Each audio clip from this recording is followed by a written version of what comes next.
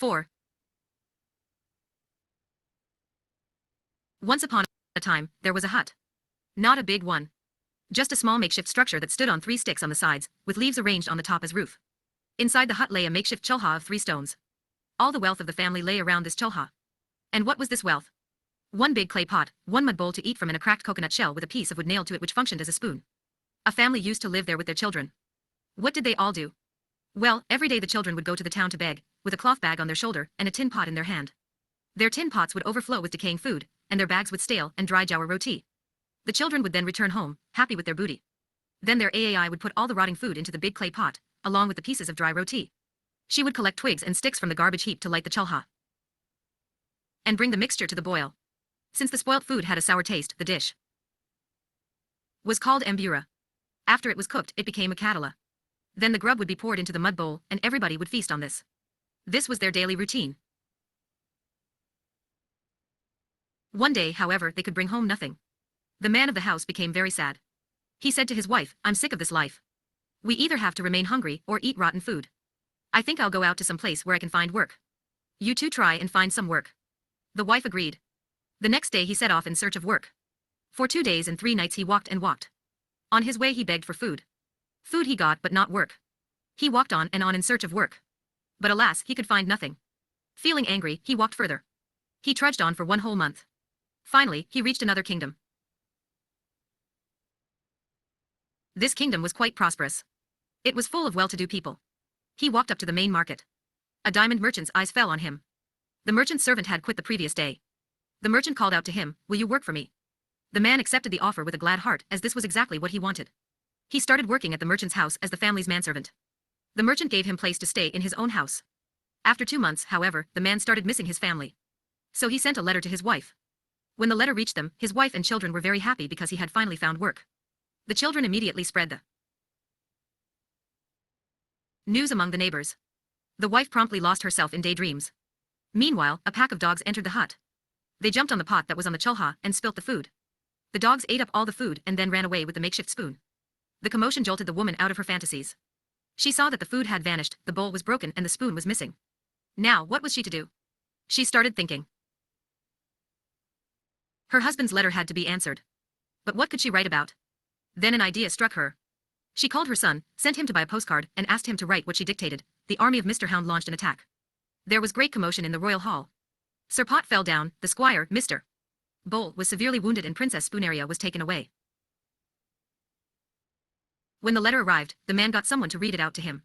He understood the message perfectly well. This coded language was not new to him. It was an everyday affair. Every day they would use it. The woman would sit at the door of their hut and say, "Come on kids, it's time for the king to dine. Let's serve him. Bring Sir Pot from the cholha. Also get Mr. Bowl, and I hope you have not forgotten Miss Spoonaria." They all understood the language so well. The man started worrying. There was just 1 pot in the house. Now how will they cook? I had fixed a piece of wood to the coconut shell and made a makeshift spoon. Now what will they stir the mixture with? The moral of the story is that so far we have been calling our huts royal palaces, our poor husbands kings, and the leftovers we got rich dishes. We use this language even today. We might say to a friend, "Come on, I've so much work to do. I have to polish our royal hall with cow dung." We are very protective about the kumkum on our foreheads. For the sake of the kumkum mark, we lay our lives at the feet of our husbands. We believe that if a woman has her husband, she has the whole world. If she does not have a husband, then the world holds nothing for her. It's another thing that these masters of kumkum generally bestow upon us nothing but grief and suffering. Still, the kumkum that we apply in their name is the only ornament for us. It is more precious than even the Kohinoor diamond. But the most important thing is that we love to dream. For it is in our dreams that all our hopes come true. When we were children, our hopes breathed some life into our miserable existence. At the same time, the life of the elder people in our community made a great impression on us.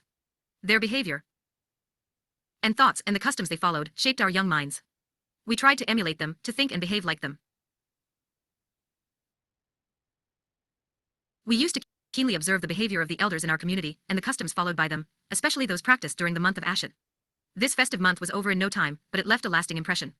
All children loved to imitate their elders. We were no exception. My grandparents' house had a tall gabled roof on one side, which offered lovely shade. Since our house was on the banks of a stream, there was open space around. We had all that space to ourselves. We girls used to sit under the shade of this huge roof and play our game of mimicking our elders. We would arrange clay pots around us. One girl would go fetch water and another would collect firewood. A third one would take 2 flat stones and putting some earth in between, pretend to grind grain. Somebody would become a Yesker Mahar and go off to beg for stale bread. Yet another would pretend to bathe herself or her children and make the same sounds as her mother.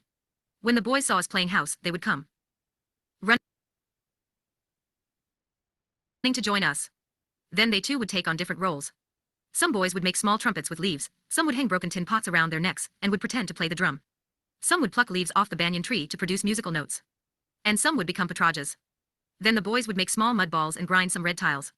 The mud balls rolled in the red powder from the tiles were our sacred offerings. After all this was done, we would set out in search of a goat or a cock. Not real ones, of course. We would collect the blood-red buds of the cactus which grew in abundance around our homes. These were huge plants that were about 10 feet in height with a circumference of about 7 feet. The ground around the cactus would be layered with fallen cactus spines. In the hot sun, we would get into thickets full of sharp spines. They would pierce our feet, and we would walk around with bloody feet. However, we had our own remedies for such wounds. If the bleeding was profuse, we would take some soft soil from under the plant and press it hard on the wound. Nobody took the thorns and wounds seriously in the heady spirit of the game. If it became difficult to walk on our feet because of the wounds, we would walk on our toes. The cactus had huge hood-like stems that together formed a tall structure.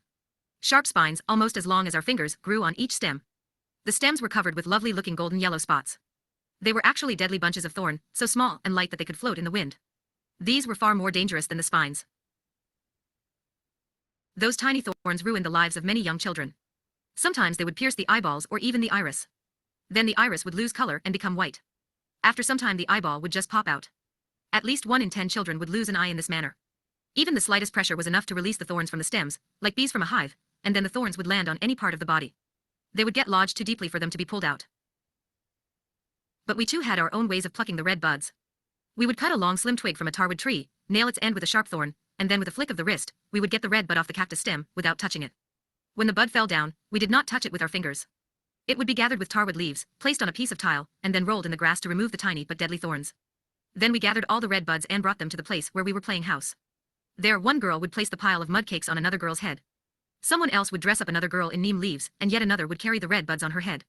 Another girl would smear all our foreheads with the red tile powder as though it was kumkum. We distributed stones as nivad. All the boys would walk in front, pretending to play the musical band. Our procession roamed all over the place where people went to defecate. The boys too plucked cactus flowers with their red buds. All the girls wore them as nose rings since the flowers looked like pearls. Then we would shake our bodies to the beats of the drummers. We danced to the rhythm of the tin pots, our hair flying in the wind. We even hummed like possessed women, running all over the place. The ground would be covered with various creepers and thorns. But we were completely oblivious to this. We danced as if drunk, sweat running down our faces, our hair in tangles, and our bodies covered in dust. This was our fare. We would halt at some tall rock. Then all of us would jump on that rock. We would decorate the rock by smearing it with the red powder and pat mud upon it. Then we would cut open the red cactus pods we had gathered as if they were goats and hens. The cactus was a boon to us poor people. It yielded us everything, right from toys to firewood. When we went hungry, they supplied us with food. They gave us our ornaments too, like the flowers we wore as nose rings. Everything that we did was thus an exact imitation of the adults. Like them, we even put small children at the feet of the rock god. The earth burnt our feet. The silky thorns pierced our flesh. We are the children of this Mother Earth. We have survived all the thorns, the sun, and the heat. We kept praying to God for a little comfort, which never came our way. We smeared our foreheads with earth and finally same earth took us into her arms. In the end, we merged with Mother Earth. Anyway, that is how we played, mimicking our elders. The play, of course, would invariably end in fights. Then the defeated party would abandon the game and run away. Playtime would get over. Tired and hungry, we would saunter homewards and lustily attack the stale and dry rod pieces kept in a basket. 5.